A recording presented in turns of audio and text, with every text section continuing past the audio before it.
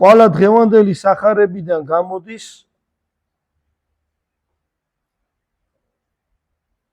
გადმოცემა მასზე, რაც გენესარეთის ტბაზე აღსრულდა, არის სახე ჩვენი მოგზაურობისა ამ ქვეყნიურ ცხოვრების ზღვაში, ქრისტეს ეკლესიის ხომალდით.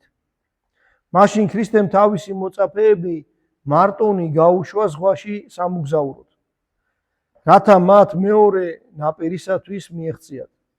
თავად კი მთაზე ამაღლდა განმარტოებული ლოცვისათვის.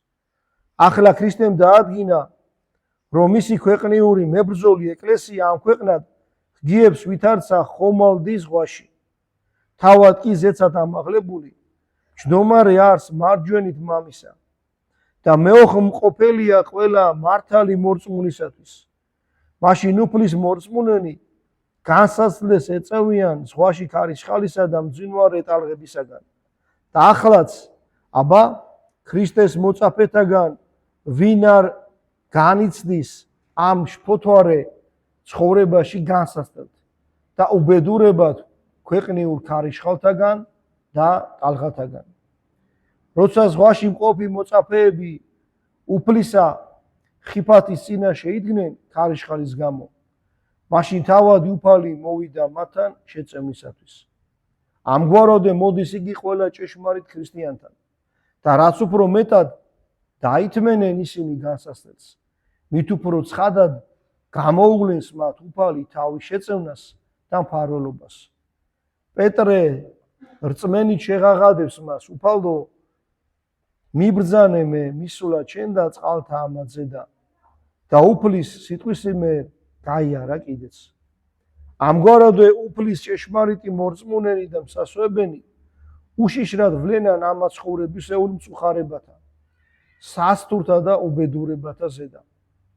როცა პეტრემ ზღვის ტალღათა შორის მერყეობა იწყო რწმენაში, მაშინ მას ზღვის სიღრმეში დათქმა დაემუქრა.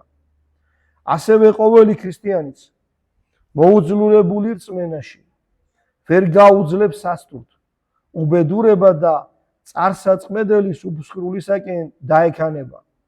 თუ კი კვლავ რწმენით უფალს არ მოუხმობს შეწევნად. პეტრემ უფალს მოუხმო შეწევნა და მანაც იხსნა იგი ზღვაში დათქმისაგან. რის შემდეგაც უფალი იესოსთან ერთად კვლავ ზღვის ზედაპირზე იწყო მსვლელობა და მშვიდობიანად დაბრუნდა ნავში. იგივე გვემართება ჩვენც, როცა მანკიერებათა და ცოდვით დაცემათა ღრმა უფსხულისაგან უფლის მიმართ ვილოცებთ შეწევნისათვის და ჩვენ ცოდვათა გამო შემუსრულ და მონანულ გულს შევწირავთ მსხვერპლად. მაშინ ყოვლად მოწყალე უფალი თავის შეწევნის ხელს გვიწოდებს ეკლესიის წყემს და მეშვეობით, რომლებსაც მან მიანიჭა ხელმწიფება ცოდვათა მიტევებისა, ჩვენი განთავისუფლებისა სულიერ წყლუთა და ბილწებათაგან. ხელს გვიწოდებს და აღმოგვიყვანს კიდეც ცოდვის უფსკრულთაგან, რის შემდგომაც თავისი მადლის აბოძვარით გვიწყალობებს. ჩვენს განსაძლიერებელ და განმამტკიცებელ ღვთის სათნო ყოფილ ცხოვრებაში. საღვთო მადლის შეწევნით ადამიანის მხნედ ფხიზლად ვალს საშიშროებათა და მღელვარებათა შორის ქვეყნიური დროებითი ცხოვრებისა და საუკუნო ნეტარებას აღწევს. მსგავსად პეტრესი, რომელმაც უფალთან ერთად მშვიდობით მიაღწია ნავს. აი ეს მესამე ძალიან კაი შედარება არის.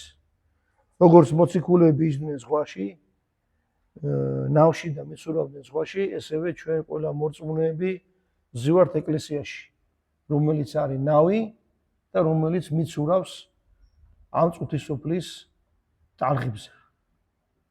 არ უნდა შეორგულდეს კაცი, მოვიდა განსასწრელი, უნდა მოითმინო. რწმენა არ უნდა დაკარგო და გაიმარჯვება. როგორ კარგად იყო ნათქვამი, პეტრემ რომ დაიწყო დათქმა, აიძახა, უფალო მიხსენ მე, შენს რო აგიყოლია ცოდვამ, წუთისოფლის ამბებმა, შენმა მანკიერებებმა, ეშმაკის სასტურებმა და დაიწყე დაღუპვა. შენც იგივე უნდა თქვა, უფალო მიხსენ მე და შენც ამოგიყვანს. ამ ნავში ჩაქსვავს და მიგიყვანს ზეციურ სასუფეველში. და ნახეთ, აქ იყო ესეთი რამე ნათქვამი, მინდა რომ ყურადღება მიაქციოთ. ეს დაავალა ღმერთმა მღვდლებს, ღვთისმსახურებს. მათ აქვთ ხელმწიფება ცოდვათა მიტევებისა, მათ აქვთ ხელმწიფება ადამიანის სასტურიდან ამოიყვანოს. ერთ სიტყვას ეუბნები და რაღაცა სრულდება. ადამიანს მიცემ ორჩევას, იმას, რასაც შენგან ელის ღმერთი, რომ უთხრა ადამიანს, არ დაუწყე პირსფერობას, მაგრამ სიმართლეს ეტყვი ისეთი გულით, რომ ის მიხვდება, რომ შენ გულს კი არ ტყენ. ეს არის სიმართლე. და ისე მოულბება გული, ისე შეიცვლება მაშინ რაღაცები, რომ გადარჩება. აი როგორც ის უნდა გვწამდეს, რომ აი რომ ვიღუპები ღმერთი ამომიყვანს, ესე უნდა გჯეროდეს თვითონ ღდელს, რომ შენს ორ სიტყვას რო ეტყვი კაცს, იმას ღმერთი მიახვედრებს. ის ღმერთი, რომელიც ყველაფერსგან გიცავს. ის ღმერთი, რომელმაც ყოვლადწლიერი მარჯვენა ხელი მოკიდა პეტრეს და ამოიყვანა სიღმიდან. არ უნდა შეორგულდეს ბელი. არ უნდა დაიწყოს ეს რომ უთხრა ხო არ ეწყინება, ესე რომ გავაკეთო, აი არ დაპყრობდეს. შენ უთხარი სიმართლე. ოღონდ ისე რომ როგორც შენ გინდა გითხრან. აი შენ რომ იმ მდგომარეობაში იყო რაც კაცია, შენ რაც გინდა გითხრან, შენ როგორც გინდა გითხრან სიმართლე, როგორც გინდა გვერდზე დაგიდებ, ესე უნდა უთხრა იმასაც და აუცილებლად გაიგებს. ამიტომ აი იმ საცდურს მოაყვებით, ვინც ამბობს, რომ ასაჭიროა ეკლესიაში სიარული. ასაჭიროა ყავდეს მოძღვარი, შენ თვითონ ელაპარაკე ღმერთს. ეს არის ჩვეულებრივი სასტური, წუთისუფლის მიერ, აღზრული რომ ადამიანი დაღუპოს. იყავით ტაძარში, აი მხომალში, რომელსაც ქვია ეკლესია, რომლის საჭეთ პრობელიც არის ქრისტე. ქრისტეს მიყავს ეს ხომალდი და სხვას არავის. იქ ეხმარებიან არის ღვთისმშობელი, მოციქულები, ხატიც არის ერთი კარგი. ნავში ზიან ყველანი და მიდიან და მორწმუნენი წამნავში არიან და მიყვებიან უფალს და გარშემოთ განან ყველა ეს მასტურები. კათოლიკები, ლუთერანები, კომუნისტები, მუსულმანები, არიოზელები, ყველანი და ებრძვიან ამ ნავს, მაგრამ ეს ნავი მიდის. არ უნდა შეორგულდეთ რწმენაში და ღმერთმა ამისი ძალა მოგცეს. განსასწრელი რომ მოვა, აი რომ მოგვიჭერს ძალიან. აი რომ ვეღარ ვძლებ, უნდა გაიხსენო პეტრე. ჩვენ ეს სიტყვები პეტრე პავლობასაც თქვით. ეხლა გვიწევს ამის გამეორება. ნახეთ რა თქვა რომ გაუჭირდა. უფალო მიხსენ მე და უფალმაც მოკიდა ხელი და ამოიყვანა. და მე აღარ წერია, მაგრამ შვიდობით შევიდნენ ნავში. პეტრე შვიდობიან წაყვა. აღარ იზრებოდა. აი ესე მოკიდებს ღმერთი ხელს და შეგიყვანს ღვთისმსახურებელში, თუ ამ ყოველივე შევძლებთ. ანუ უნდა ვლოცულობდეთ, არ უნდა ვიყოთ სულმოკლეები და გვახსოვდეს ყოველთვის რომ ღმერთი განაგებს ჩვენ ცხოვრებას. თუ რამე დაუშვა, იმიტომ რომ უფრო ახლოს მიხვიდე მასთან.